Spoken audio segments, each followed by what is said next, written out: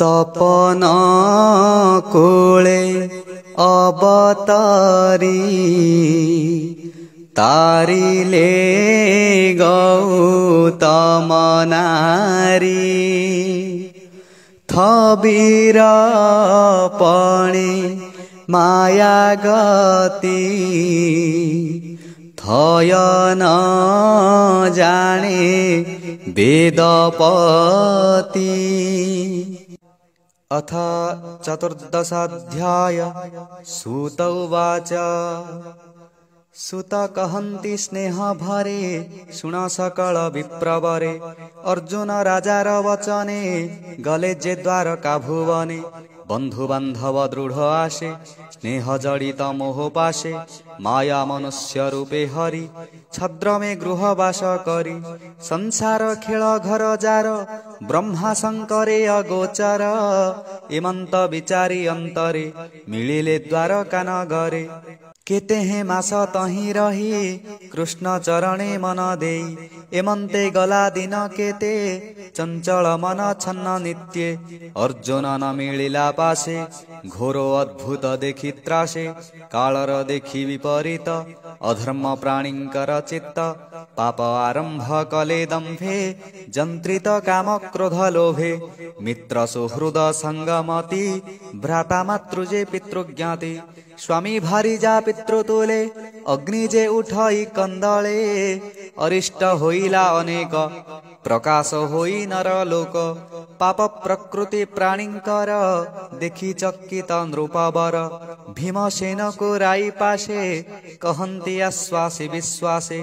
अर्जुन द्वारका भुवने गला जे बांधव सदने कृष्ण महिमा कृष्ण संगे जानिबा पाई नर अंगे एबे शपथ मास गला तेबे हे अर्जुन इला एकी के बण विपरीत एणु चंचल मोर चित्त कि हेतु मोर पास छाड़ी अर्जुन रहे लोभ बढ़ी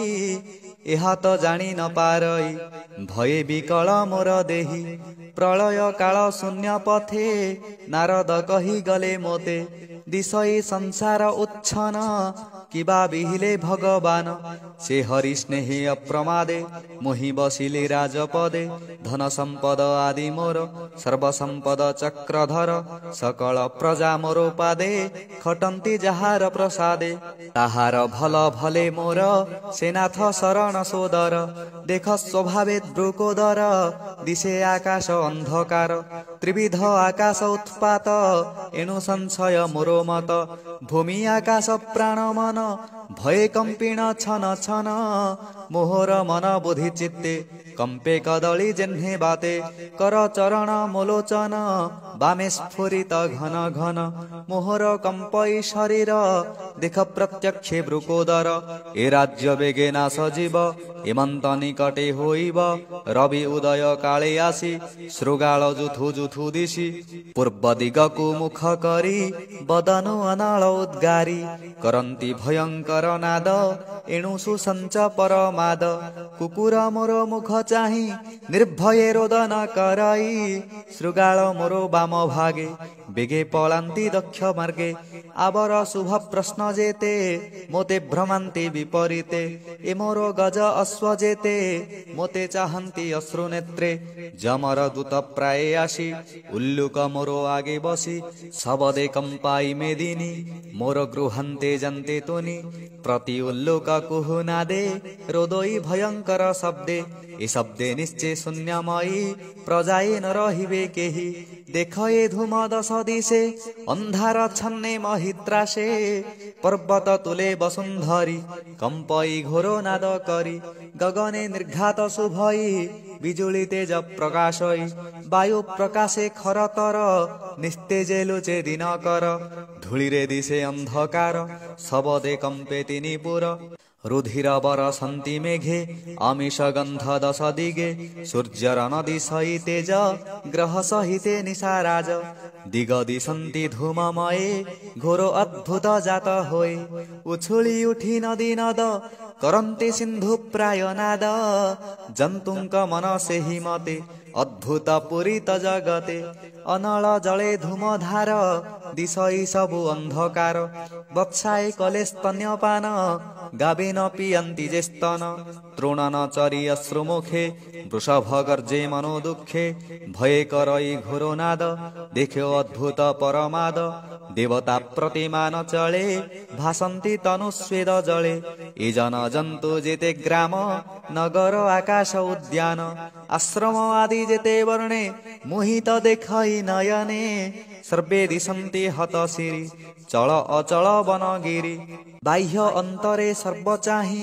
मोहि एमंत विचारई श्रीकृष्ण पाद लागी मही अति सुंदर विराजई से पाद आबा शून्य गला अवनी एमंत दिशिला एमंत कही भीम आगे धर्मनंदन उदबेगे भये कंपन्ति छन छन तक्षणे मिलिले अर्जुन राजा चरण तले पड़ी अज्ञाने नमस्कार होड़ी लोचनो बहे अश्रुजल देहे व्यापित श्रम झाल अर्जुन देखी धर्मसूत तक्षणे छाड़ी भीम हस्त बंधु सुहृद मध्ये थाई पुछन्ति अर्जुन को चाही नारद वचन सुमरी भय चिंतई नर हरि अर्जुन मुख चाही भणी छिन्न वचने नृपमणि युधिष्ठिर उवाच सुन अर्जुन सावधाने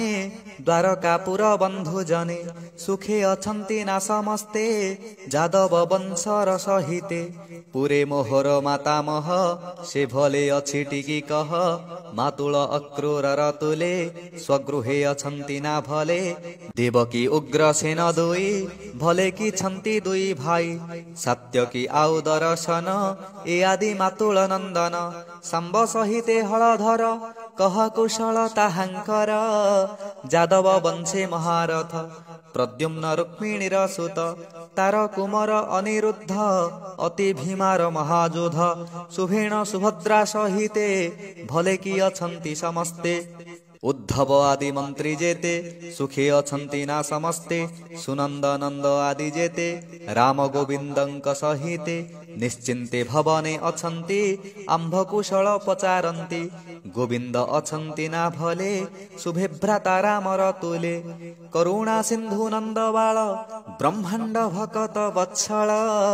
बंधु बांधव तुले बसी स्वधर्म मध्ये ब्रह्म राशि एक मंडले क्षमा अर्थे जहार जन्म ए जगते से हरि अछन्ति ना भले रोहिणी सुत राम तुले जादवे विष्णु तेज धरी ताहार भुज आश्रय करी महापुरुष जोगो बंधे क्रीडन्ति परम आनंदे तार चरणे सेवा करी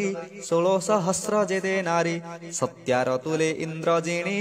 नंदन बनु चक्रपाणी बळे आनिले पारिजात लीलारे जिणी पूजुथ जहा बिलासे इंद्र नारी से पुष्प विष्णु तेजे हरि सहस्र संख्या परिमाणी नारिंकी देले चक्रपाणी जहार भुज दंड बळे जदु अजेय मही तले निर्भये जगते भ्रमन्ति पादेषु धर्म आचरन्ति हे भ्रात शुण महाभुज तू मोते दिशु हत तेज लभिला शस्त्र केणे गले तोते स्थापिला वाक्य बळे अर्थ प्राणी को देवा कलु मागन्ते किय बान देलु वृद्ध कृपण निरेमाखी स्त्री बालक गोरु देखी रोगोपात के जे रोदन्ति जे अवा शरण पशन्ति एहांकु दयाबान कलु तेणु अशुभ तु दिशिलु अगम्ये कलु बागमन किबा हरिलु स्त्री धन मार्गे आसन्ते मन छळे किबा जिणिला तोते बळे बाल वृद्धंकु न भुंजाई अग्रे भुंजिलु ज्ञान हारी किबा निंदित कर्म कलु जेणु तु एमंत दिशिलु किबा से जीवन ठाकुर गोविंद होइले अंतर